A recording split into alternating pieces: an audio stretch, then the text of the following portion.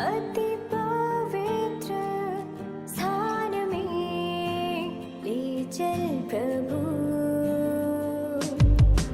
मुझको तो अपने लहू से धो दे मेरे प्रभु, तेरे सामने झुकते हैं सजदा हम करते हैं, तेरे सामने झुकते हैं सजदा हम करते हैं। आत्मा और सच्चाई से आराधना करते हैं, आत्मा और सच्चाई से आराधना करते हैं। पवित्र अति पवित्र स्थान में ले चल प्रभु।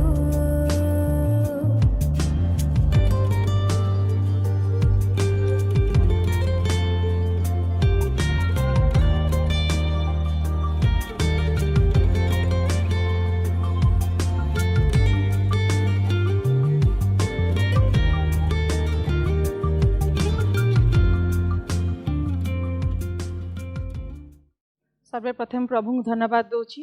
प्रभु आम को पुनराय सुजोग देले आमर यही महिला समिति प्रोग्राम को करने पाई। आज आमर साप्ताहिक महिला समितिर सभा कार्य आम सहित ऑनलाइन रे जो माँ मैंने आ भौणी मैंने आम सहित उपस्थित अच्छा मु प्रत्येक को स्वागत जनवा सहित मोर ख्रीष्टीय प्रेमर नमस्कार जनाऊँगी। आ विश्वास करुच्ची आज आपण मैंने आम सहित आरंभ शेष पर्यंत उपस्थित रहीकि आमर ये सेवा कार्य प्रार्थना करेंगे। आसतु आमर यही कार्यक्रम को आरंभ करी आज आम मैंने प्रभुंर पाद तल को जीवा और निज निजक प्रभु हस्त समर्पण करवा। आसतु आम मैंने प्रार्थना करवा। धन्यवाद धन्यवाद धन्यवाद धन्यवाद दयालुमय पिता परमेश्वर, धन्यवाद तुमर गौरव तुमर प्रशंसा तुमर प्रभु, तुम राजमान राजा प्रभु मान प्रभु देव मान देव समस्त गौरव प्रशंसा पाइबा एकमात्र योग्य परमेश्वर। प्रभु धन्यवाद दौचु केते दया अनुग्रह आशीर्वाद करच जीवित मान सहित नाम स्थान देच आ तुम्हार प्रभु पाद तल को आसिया को देच। प्रभु ये समय पाई तुम नाम को धन्यवाद दौचु। प्रभु ग निज को प्रस्तुत करने तुम्हें आम को आशीर्वाद कर, तुम्हें आमर से परी बुद्धि ज्ञान शक्ति आ प्रभु ग से हृदय को प्रभु तुम्हें खोली दियो जहाद्वारा कि जो वाक्य आज तुम्हें आम रखीच प्रभु से वाक्य को जमी आम मैंने शुणु ग्रहण करूँ प्रभु कार्य लगे पारू से परी साहाय्य कर। धन्यवाद दौची पिता आमर महिला समिति कार्यक्रम उपर आशीर्वाद करियछ।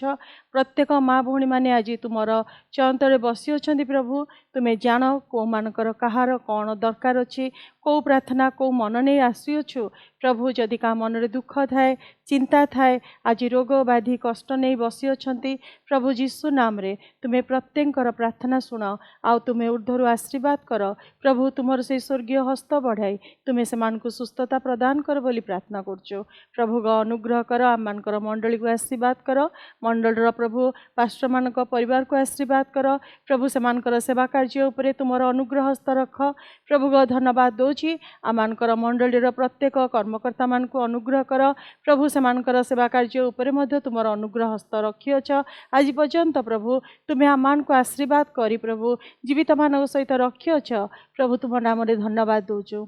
धन्यवाद दौची आम सीर सभा को आशीर्वाद कर, यूथर सभा को आशीर्वाद कर, संडे स्कूल सभा को आशीर्वाद कर प्रभु। तुम्हें आमर पिलामान को दया कर ए युवा अवस्था बापा तुम नाम केवल तुम्हार जीवन रे जेपरी तुमको साक्ष्य भाव में प्रभु जीवन रे आगु को लेकिन प्रभु से कार्य करने को पारे तुम्हें साहाय्य कर। जो मैंने आज प्रभु दूर रे अच्छी से आशीर्वाद कर, से पाठ पढ़ारे से प्रभु कार्य क्षेत्र में तुम्हें से दया कर प्रभु। आम प्रत्येक को तुम्हें आज सुस्थता देच आ प्रभु तुम्हार प्रभु पाद तल को आसिया को देच। धन्यवाद दूची जो वाक्य आज आम रखिअछ विशेषकर तुम दास प्रभु संदीप गिरी को तुम हस्ते दौची पिता।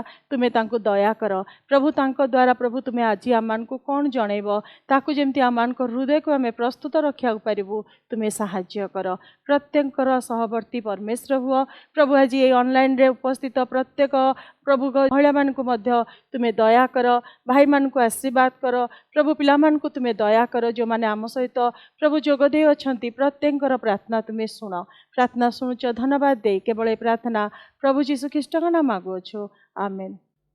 वर्तमान आसतु आम प्रोग्राम को आहरी आगु को बढ़ेबा।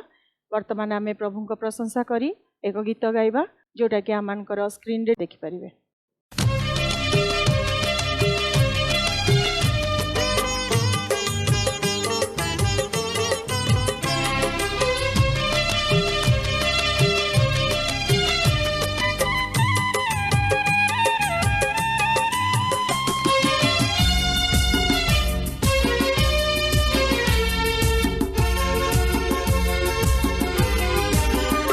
तुम्हें खोजो छकी एक बंचीबार मान तुम्हें खोजो छकी एक अनंत विश्राम स्थान तेरे आशा डाकुछंती अति प्रेमी प्रिय जीशु हे दुखी भाराक्रांत से देवी विश्राम हे दुखी भाराक्रांत से देवी विश्राम तुम्हें खोजो छकी एक बंचीबार मान तुम्हें खोजो छकी एक अनंत विश्राम स्थान।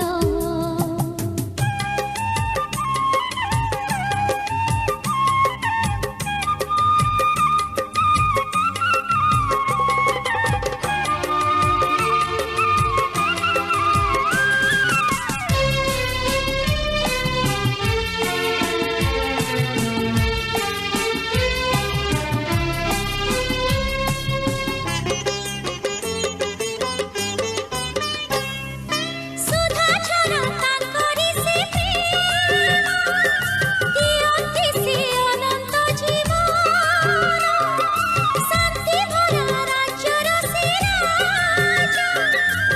राजर नाही अवसान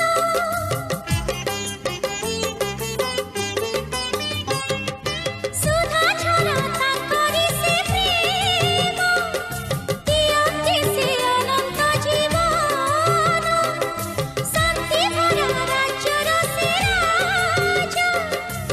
राजर नाही अवसान से सत्य जीवन रोटी आम आत्मार भोजन तुम्हें खोजो छकी एक बंचीबार मान तुम्हें खोजो छकी एक अनंत विश्राम स्थान।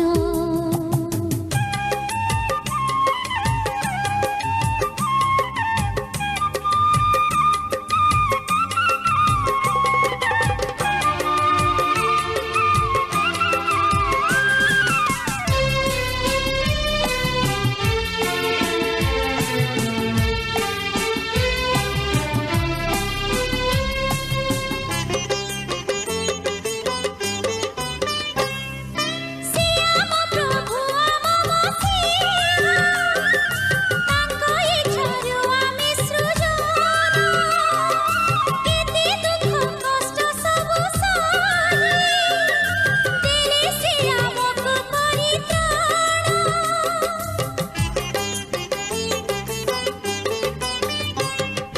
श्याम प्रभु आम मसीहा तांको इच्छारु आमे सृजन केते दुख कष्ट सबु सही देले से आमको परित्राण से सत्य ईश्वर सुत देवी से चिर विश्राम तुम्हें खोजो छकी एक बंचीबार मान तुम्हें खोजो छकी एक अनंत विश्राम स्थान तेरे आशा डाकुछंती अति प्रेमी प्रिय जीशु हे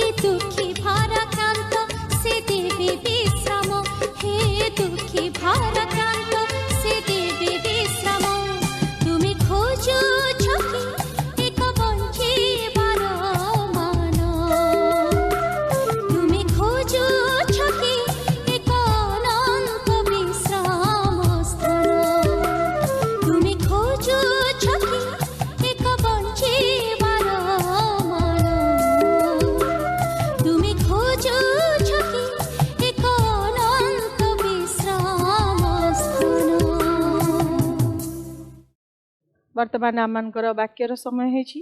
ଆମେ ନିଜ ନିଜକୁ ପ୍ରସ୍ତୁତ ରଖିବା। ଆମେ ଆଜି ବହୁତ ଖୁସି ଆମମାନଙ୍କ ସହିତ ଆମମାନଙ୍କର ମଣ୍ଡଳୀର ପାଷ୍ଟର ରେଭରେଣ୍ଡ ସନ୍ଦୀପ ଗିରି ଅଛନ୍ତି। ମୁଁ ବର୍ତ୍ତମାନ ତାଙ୍କୁ ଅନୁରୋଧ ଜଣେଇବି ସେ ଆସିବେ। ପ୍ରଭୁ ଆଜି ଆମମାନଙ୍କ ପାଇଁ କ'ଣ ରଖିଅଛନ୍ତି ତାହା ସେ ଆଜି ତାଙ୍କ ମୁଖ ଦ୍ୱାରା ଆମେ ଶୁଣିବା। ଆସନ୍ତୁ ବର୍ତ୍ତମାନ ଆମେ ବାକ୍ୟ ଶୁଣିବା। ସମସ୍ତଙ୍କୁ ପ୍ରଭୁ ଯୀଶୁଙ୍କ ମହାନ ନାମରେ ନମସ୍କାର ଜଣାଏ। ପ୍ରଭୁ ଅନୁଗ୍ରହକାରୀ ପ୍ରେମିକ ପିତା ଆମମାନଙ୍କର ପ୍ରତ୍ୟେକଟି ଭାର ବହନ କରିଛନ୍ତି।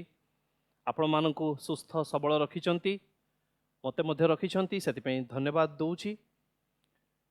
ସେଇ ମହାନ ପ୍ରଭୁଙ୍କର ଚରଣ ନିକଟରେ ବସି ବାକ୍ୟକୁ ତର୍ଜମା କରିବା, ବାକ୍ୟକୁ ବୁଝିବା ଅତୀବ ଜରୁରୀ ବିଷୟ। ଆଉ ଏଇ ସମୟ ଗୁଡ଼ିକରେ ତାହା ଆହୁରି ଆବଶ୍ୟକ ହେଇପଡ଼େ ଯେତେବେଳେ କି ଆମେମାନେ ଦୀର୍ଘ ଦିନ ଧରି ପରସ୍ପର ସାଙ୍ଗରେ ମିଳିତ ହେଇପାରିନାହୁଁ, ସହଭାଗିତାରେ ଆସିପାରିନାହୁଁ। ଯଦିଓ ଏଇ ଅନଲାଇନ୍ ଆମମାନଙ୍କୁ ସାହାଯ୍ୟ କରିଛି, ଟେକ୍ନୋଲୋଜି ଆମମାନଙ୍କୁ ସାହାଯ୍ୟ କରିଛି ଉପାସନା କଣ୍ଟିନ୍ୟୁ କରିବା ପାଇଁ, କିନ୍ତୁ ପାଖରେ ବସି ଏକତ୍ର ଉପାସନା କରିବାର ଆନନ୍ଦ ଅଲଗା। ସେ ଯାହା ହେଉନା କାହିଁକି, ପରିସ୍ଥିତି ଯାହା ହେଉନା କାହିଁକି, ଆମମାନଙ୍କୁ ଗୋଟେ ବିଷୟ ଶିକ୍ଷା କରିବାର ଆବଶ୍ୟକତା ଅଛି, ଆଉ ତାହା ହେଉଛି ଧୈର୍ଯ୍ୟ। ଆଜିକାର ବାକ୍ୟ ଯେଉଁ ବିଷୟ ମୁଁ ଆପଣମାନଙ୍କୁ କହିବା ପାଇଁ ଚାହୁଁଛି ତାହା ଆପଣମାନେ ପାଇବେ ଜହନ ତାର 15 ପର୍ବର 15 ପଦ।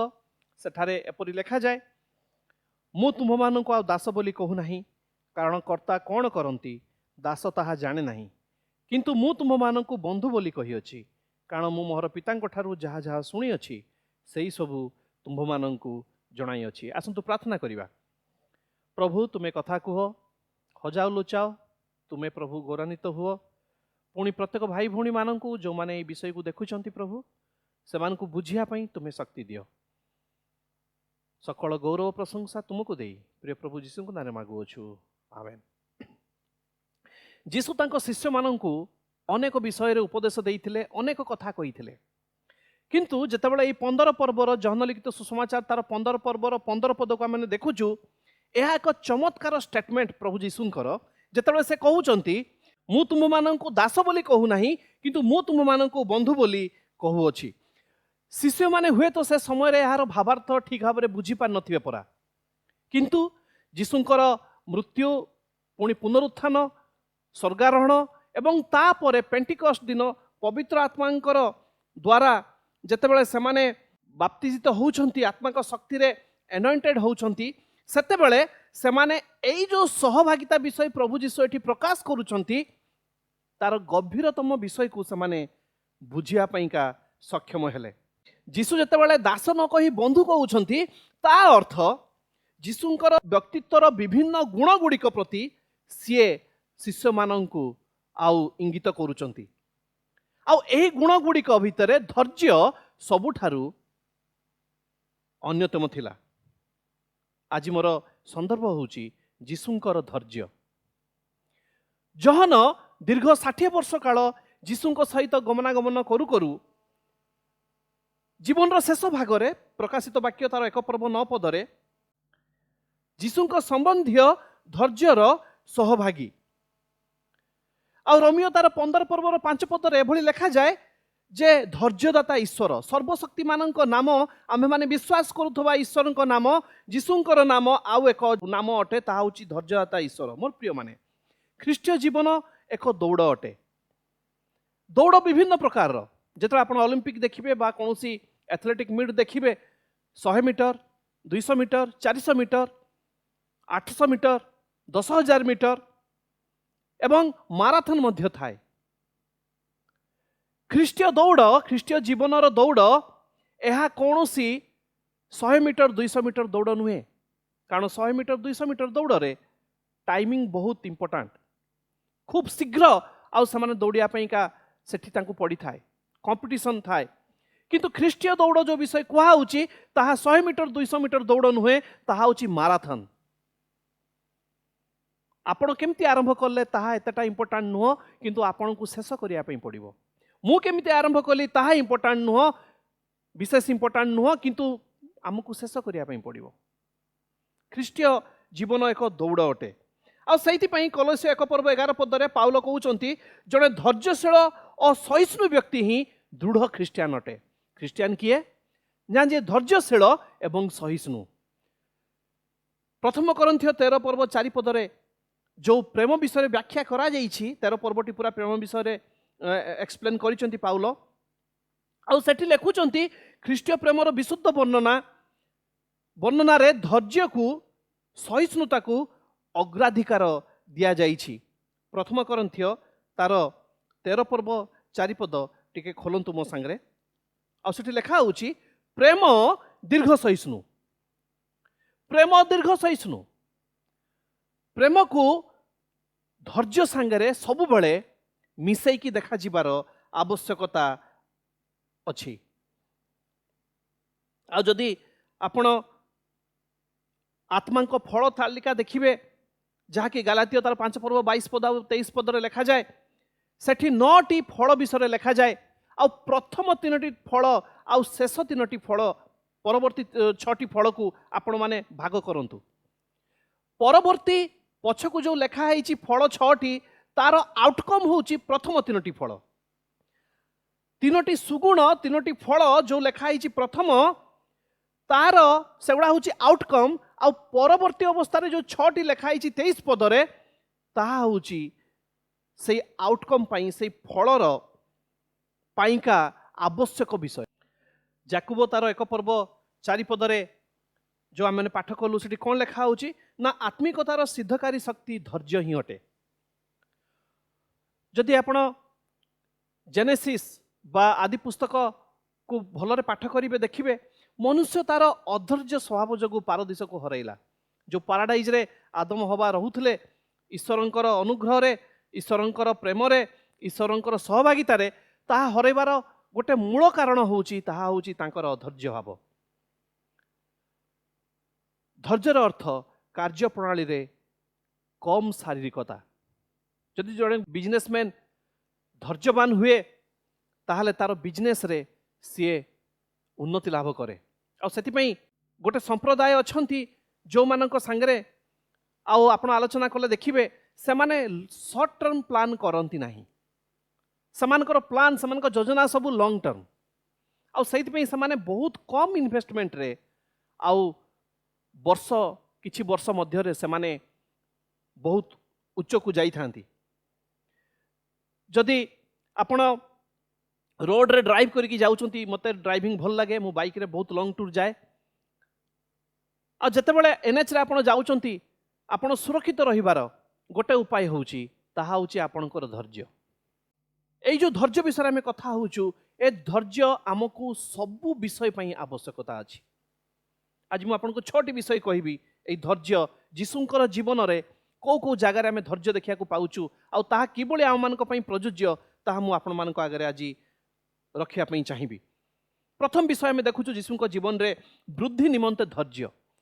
ଆମେ ଜାଣିଛୁ 12 ବର୍ଷ ବୟସରେ ଯୀଶୁଖ୍ରୀଷ୍ଟ ଯେତେବେଳେ ଜେରୁସାଲେମ ମନ୍ଦିରରେ ଆଉ ପଣ୍ଡିତମାନଙ୍କ ସାଙ୍ଗରେ, ଫାରୁସି ସାଦୁକୀମାନଙ୍କ ସାଙ୍ଗରେ ଆଉ ଯେତେବେଳେ ସେ କଥାବାର୍ତ୍ତା କରୁଥିଲେ, ଆଉ ସେମାନେ ଦେଖିଲେ ଏଇ ପିଲା ଅତ୍ୟନ୍ତ ଜ୍ଞାନୀ ପିଲା। ପ୍ରଭୁ ଯୀଶୁ ଯେହେତୁ ଈଶ୍ୱର, ସେଥିପାଇଁ ତାଙ୍କୁ ଆଉ ଜାଣିବାର କିଛି ଆବଶ୍ୟକତା ନଥିଲା। କିନ୍ତୁ 12 ବର୍ଷ ବୟସରେ ସେ ତାଙ୍କର ମିନିଷ୍ଟ୍ରି ଆରମ୍ଭ କରିପାରିଥାନ୍ତେ। କିନ୍ତୁ କ'ଣ ଲେଖାଯାଏ ନା ସେ ମିନିଷ୍ଟ୍ରି ଆରମ୍ଭ କରିବା ପାଇଁକା ତାଙ୍କୁ 30 ବର୍ଷ ଲାଗିଲା।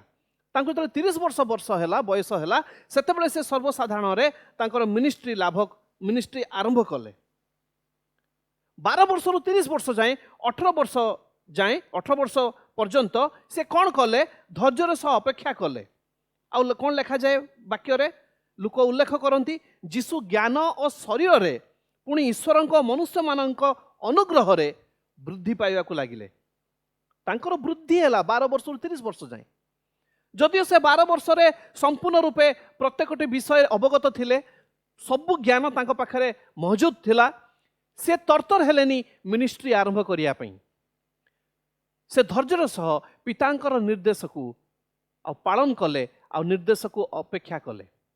ଆଉ ଆଜିକାଲି ଆପଣ ଦେଖିବେ କ'ଣ ହୁଏ ନା, ଯେଉଁମାନେ ସାଧାରଣତଃ ପାଠଶାଠ ପଢ଼ନ୍ତିନି, ପ୍ରାୟ ସମସ୍ତେ ନୁହନ୍ତି, किंतु किछि पिला अछंती किछि व्यक्ति अछंती आ पाठशाठ न पढ़ले कौन करिवे कौन करिवा चलो आमे काईकी बसिबा मिनिस्ट्री करिवा एठू सेठू जीवे 6 मास वर्षिकिया गोटे ट्रेनिंग नहीं जीवे 3 मासिया ट्रेनिंग नहीं जीवे अनेक जन ट्रेनिंग मध्य नियंतिनी एवं सेमाने मिनिस्ट्री आरंभ कर दियंती फल कौन हुए फल तांकर अपरिपक्वता द्वारा ख्रीष्टीय विश्वास मत विभिन्न भ्रांत शिक्षा रे कबलित हो जाए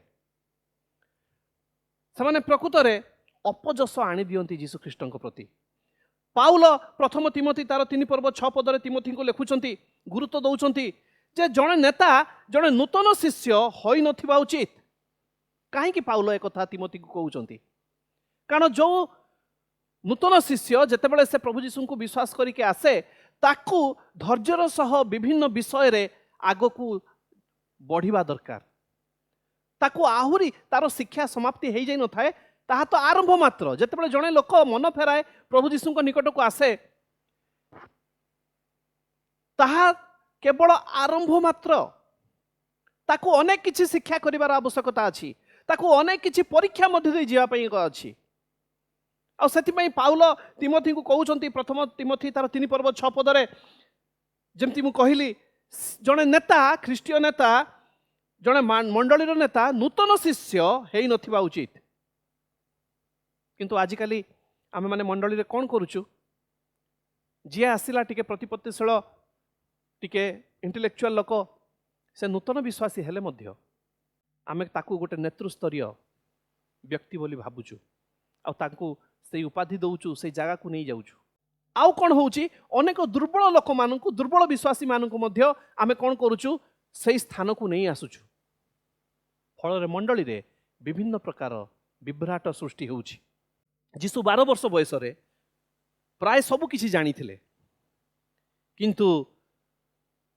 तांकर से जानिबा द्वारा से मिनिस्ट्री को आरंभ करि नथिले से अपेक्षा कले चतुर्दिगर आवश्यकता को आउ अन्य समूहर चाप को से बसवर्ती ही नथिले से पूर्व प्रस्तुति कार्य सबु कले फल रे ईश्वरंकर धार्य कार्य को से समाप्त करि पारले द्वितीय रे चालना निमंते धैर्य ईश्वर को इच्छा साधनार्थे धैर्यपूर्ण प्रतीक्षा अनेक समय रे सर्वोच्च मार्ग होता है जीशु को निमंते पितांकर इच्छा ठारू आउ किछि विषय अधिका इंपोर्टेंट नथिला आ सेइति से कौन कहउचंती जीशु कौन कहउचंती पुत्र पिता को जहा करुथुबा देखंती जहन 5 पर्व 19 पदरे ताहा छड़ा से आपणारु किछि ही करि पारंती नाही जहन 2 पर्व रे जेतबेले काना नगर विवाह को से जाइथिले द्राक्षारस सरीगला आउ मरियम आसी कहिले पुत्र एमानंकर असुविधा अछि अभाव अछि गोटे समस्या देखा देइछि तुमे एटारे तुमर शक्ति द्वारा जेहेतु तुमे ईश्वर तुमे एटारे किछि कार्य कर आ जीशु कौन कहिले जीशु कहिले गो नारी मोर समय उपस्थित होई नाही अन्य प्रकार कहिले जीशु कहिले हे नारी मु मोर पितांक ठारू कौनसी निर्देश न पाइले मु कार्य करिबि नाही मु धैर्यशील एवं मु अपेक्षा करिबि जे एई कार्य मु तांको इच्छा रे करिबि आम मानक मानसिक मन सदा सर्वदा चाहे जे किभଳି आमे सांगे सांग प्रत्येकटी विषय जानी जीवु दमेशक पथरे धूଳି धूसरित रास्ता रे तले पाउल अंध होइकी पड़िकी रहउचंती से आश्चर्यचकित हो जाउचंती आ से कहउचंती प्रभु मु कौन करिबि तुमे किए मु कौन करिबि प्रभु तांको कहउनांती तुमे उठ सांगे सांग मिनिस्ट्री आरंभ कर दियो प्रभु कौन कहउचंती प्रेरित 9 पर्व 6 पद आपण देखिबे उठ नगर रे प्रवेश कर आ तुमको कौन करिया को हेबो ताहा कुहा जीवो स्टेप बाय स्टेप सांगे सांग मिनिस्ट्री आरंभ करिकी आ ए सब कर बोली की कुहा जाउ नाही स्टेप बाय स्टेप कार्य करिया पई कुहा होउची अनेक युवा आज धैर्य शून्य मनोनयन द्वारा सेमानंको विवाह को नष्ट कर दउछंती मो पाखकू 3-4 दिन तले जणे भाई फोन करथिले आ से कहिले मते गोटे मोर पुत्रा पई गोटे झियो दरकार जिए कि बीएससी पढ़ी थिबो आ चाकरी करथिबो कंडीशन देखंतु बीएससी पढ़ी थिबो आ चाकरी करथिबो मु कहली हो मो नजरे पड़िले मु कहिबी आपनकू आम माने किभली कंडीशन सब आणुचु आमे कोन ऐश्वरिक चालना धैर्यर सह आमे अपेक्षा करूछु कि जीशुंकर धैर्य ताहा चालना निमंते धैर्य थिला ईश्वरंकर प्रत्यादेश पाया पई हेले आम मानकु धैर्यर सह तांकर चालना पाया पई हेले धैर्यर सह अपेक्षा करिया को पड़िबो। तृतीय रे पदोन्नति निमंते धैर्य जदि जहन तार 7 पर्व पढ़िबे सेठी कोन लेखा होउची ना कुटीरवास पर्व निकट होई आसुथला पर्व को जाई सर्व साक्षात आश्चर्य कर्म मान करिया पई जीशुंको भाई माने तांको प्रवर्तइले जीशुंको भाई माने कहले अरे बाबू तुमर जो हाइलाइट तुम्हें बेसी हो न लोक माने तुमको हुए तो बेसी चिन्ही पाउ नांती तुम्हें जो कुटीरवास पर्व रे तुम्हें जाओ एई समय रे देशर कोण अनुकोणरू बाहर जगारू मध्य लोक माने आस्थिबे सबु पालन पाइका आ तुम्हें जाइकी सेठी तुम्हें आश्चर्य कर्म कर आ तुम्हें हाइलाइट हो जिवो। जीशु कौन कहले जीशु उत्तर दौरान देखो 6 पद मोहर समय ए पर्यंत उपस्थित होई नाही समान जिनस जीशु कहउचंती काना नगर रे जीशु कहउचंती जे गो नारी मोहर समय उपस्थित होई नाही एठी मध्य जीशु कहउचंती मोहर समय ए पर्यंत उपस्थित होई नाही। जीशुंको जीवन को जिते आम अनुसरण करुचु आम प्रांजल भाव में देखि पारुचु स्पष्ट भाव में देखि पारुचु से प्रत्येकटी चालना निमंते से धैर्यर सह अपेक्षा करुचंती पिता परमेश्वर को निकट रे जदियो एमाने तांको निज भाई थिले आ समाने चाहूथिले जे जीशुंकर पदोन्नति हो बोली किंतु जीशु परामर्श देले आ भद्रतार सहित प्रत्याख्यान कले से जानिथिले जे स्वाभाविक मनुष्यर स्वभाव ईश्वरंकर शत्रु अटे आ अनेक प्रचारक आज एई भली कुपरामर्श आ कुचालना जगु ए विस्तारित मेंटालिटी जगु से माने कौन करुचंती ना भ्रष्ट दुर्नीतिग्रस्त आ व्यवसायिकता आड़कू माड़ी जाइछंती से माने बिजनेस आड़कू माड़ी जाइछंती मिनिस्ट्री नहीं आउ जीशु जानिथिले जे उन्नति पूर्व बा पश्चिम रु आसी न थाए एहा ऊर्ध्वरु आसी थाए आ एहा ईश्वरंकर ठीक समय रे आसी थाए पूर्व पश्चिम उत्तर दक्षिण रु आसी न थाए केही मनुष्य ठारू आसी न थाए कोनोसी निर्दिष्ट समय रे आसी न थाए बा आम इच्छा रे आसी न थाए उन्नति प्रकृत उन्नति यह ईश्वर ठारू आसी थाए से प्रेरित पाउल एक प्रथम पितर 5 पर्व 6 पदरे देखंतु सेठी लेखा होउची प्रेरित पाउल जुवा मानकु ईश्वर बलवंत हस्त तले नत हेबा पई परामर्श दउचंती जदि आम प्रति ईश्वर अभिप्राय नहीं तेबे कौन सी मनुष्य आमको एक उन्नत स्थान को उन्नीत करि पारिबो नाही आ जदि ईश्वर अभिप्राय अछि ताले कौन सी मनुष्य आमर उन्नति को अटकई पारिबो नाही। चतुर्थरे अंतर्दृष्टि निमंते धैर्य जीशुंको निकट को फारूसी साधुकी माने आउ किछि जणे स्त्री को जे कि व्यभिचार कर्म रे लिप्त तांको आनिले आ अभियोगकारी माने से माने किए थिले ना बाइबल रो शिक्षक मंदिर रो नेता थिले से माने जीशुंको ठारो एक राय दाबी करले कौन दाबी करले राय जे जीशु किछि कहंतु आउ सांगे सांग दाबी कले टाइम किछि नहीं कि जीशु कौन कले जीशु तांको द्वारा प्रयोजित हेला नहीं सी माटी उपरे लेखिया में आरंभ कले एवं ता परर कथा आमे जानिछु जीशु कौन कहउचंती जहन 8 पर्व रे आपण देखिबे जीशु कहउचंती से नारी को मु मध्य तुमको दंडनीय बोली विचार करू नाही जीशु भावप्रवण होई किछि करि नथिले से शांत भाव रे परिस्थिति को विश्लेषण कले धैर्यर सह अपेक्षा कले अभियुक्त अभियोगकारी मानक विषय रे चिंता कले एवं निरूपित समय पूर्व से विचार कले नहीं जीशु विचार करिवे आ जीशु जो विचार करिवे से विचार अधिकार तांको ही दिया हेछि कारण से ईश्वर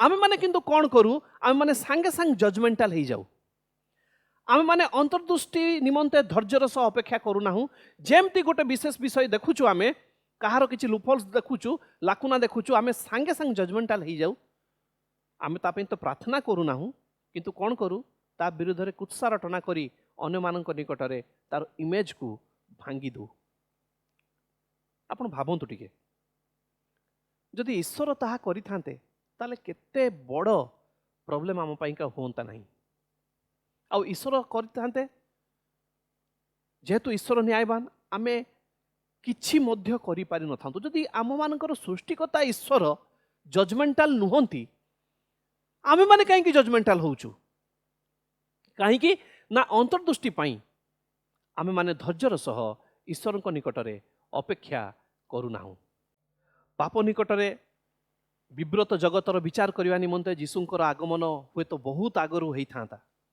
आम मान चिंतार किंतु ता पई परमेश्वर एक निर्दिष्ट समय को फिक्स करिसंती कहीं ना अनुताप करिया पई परमेश्वर प्रत्येक को अनेक समय दवाई चाहती मोर प्रिय माने जिते ईश्वर धैर्यर सह आम मान आपण समस्त समस्त जगत में अपेक्षा करुचंती आमे कहीं धैर्यवान हो पारिबा नहीं। पंचम उद्धार निमंते धैर्य लाजार जेतेबेले मरीगले ता पूर्वरु से असुस्थ थिले जीशु पाखरे संवाद पहुँचला जीशु किंतु जानी शुणी रहीगले अवश्य वाक्य लिखा जाए जे এই विलंब उद्देश्यमूलक थिला किंतु जदि आपन टिके चिंता करंतु से विषय को एई भली भाबरे जदि लाजार संगे जीशु थांते जेतले लाजार असुस्थ हो गले सांगे सांग ताकू सुस्थता जीशु दे थांते ता द्वारा कोन उद्धार कार्य संभव होई थांता कि ना जेतले लाजार को मृत्यु मुखर उठैले मृत्युर उठैले प्रभु जीशु सेतेबेले लिखा जाए ता परवर्ती वाक्य गुडी करे अनेक लोक यहा देखि प्रभु ठारे विश्वास कले हालेलुया। उद्धार निमंते धैर्यर आवश्यकता अछि उद्धार निमंते धैर्यर आवश्यकता अछि एवं शेषरे दुख भोगरे धैर्य आम पाइका कौन बड़ प्रॉब्लम जानछंती आम पाइका बड़ प्रॉब्लम होउची आमे किणान को जिया पई चाहू से प्रतिज्ञात स्थान को जिया पई चाहू प्रतिज्ञात देश को जिया पई चाहू प्रतिज्ञा सकल पाया पई चाहू किंतु आमे माने आम समय रे आउ जेट स्पीड रे उड़ा जहाज रे बा जेट फाइटर बा रॉकेट रे सेई भली शीघ्र पाया पई का चाहू कोठी बाइबल लिखा हिची जे प्रतिज्ञा सकल से भली आसे आम मानकर अधैर्य विलंब अंधकार रूपक कंटक देई धैर्य आम माने शिक्षा लाभ करू।